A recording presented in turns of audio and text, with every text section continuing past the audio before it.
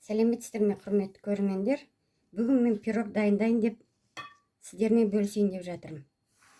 Бір 100-150 граммдай грецкий орехты ұсақтап турап аламыз.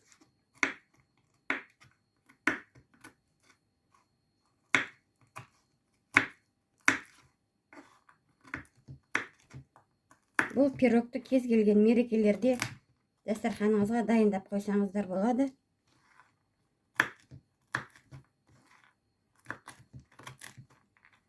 Осылай ұсақтап турап аламыз бәрін.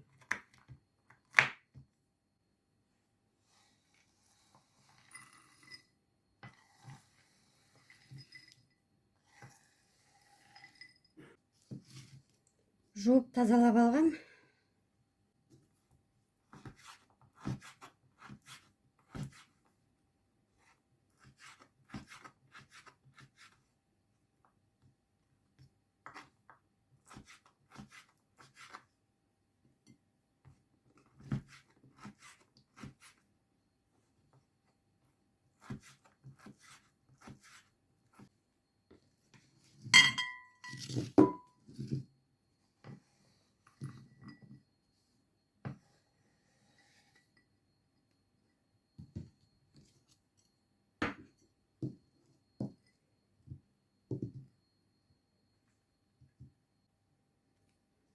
Енді осы туралған өрігімізді,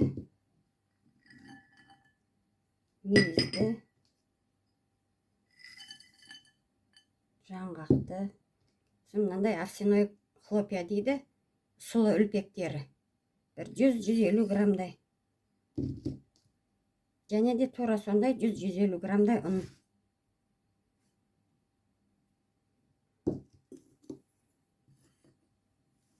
Араластырып аламыз.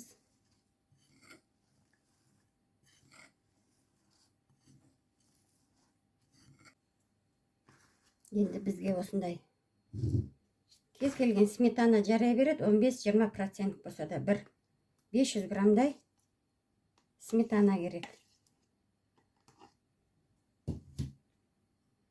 3 жұмыртқа, бір 100 граммдай қант болса болады.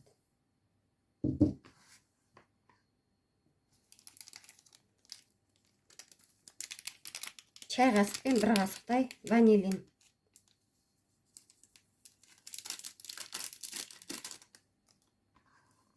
Жақсылап араластырамыз.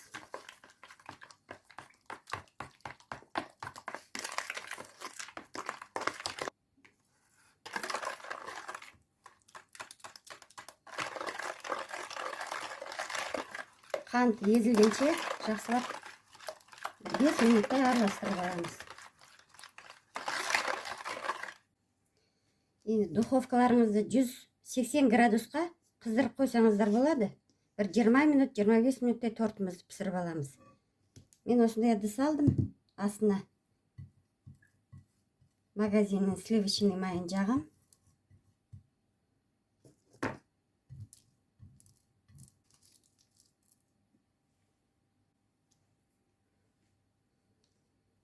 Ең бірінші астына сухофруктыларды саламыз.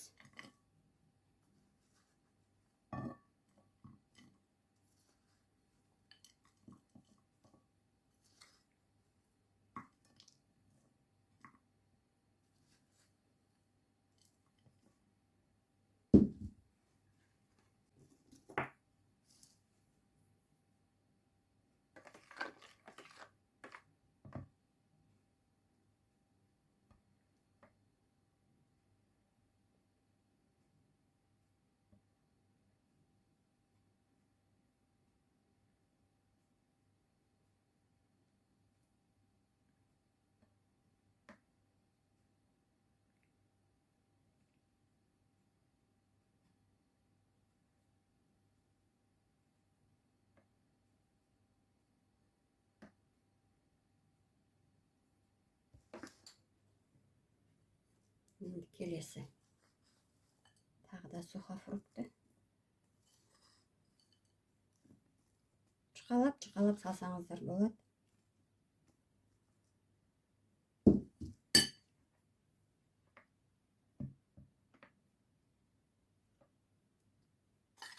себеміз осылай қалғанын.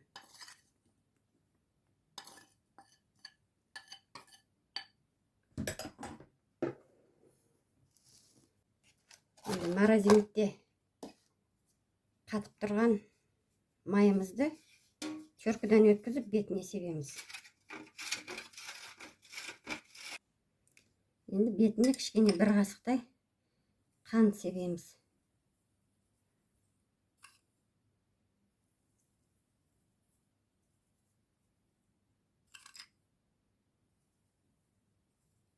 градусқа духовкаға қарап тұрасыздар. Әркім духовкасы әрқалай.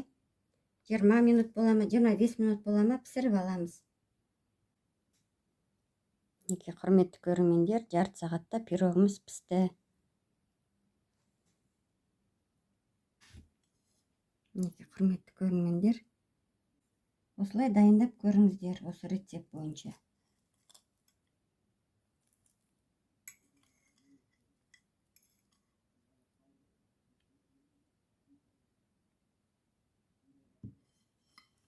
Каналыма тіркеліп, лайк басып, комментарий жазыңыздар.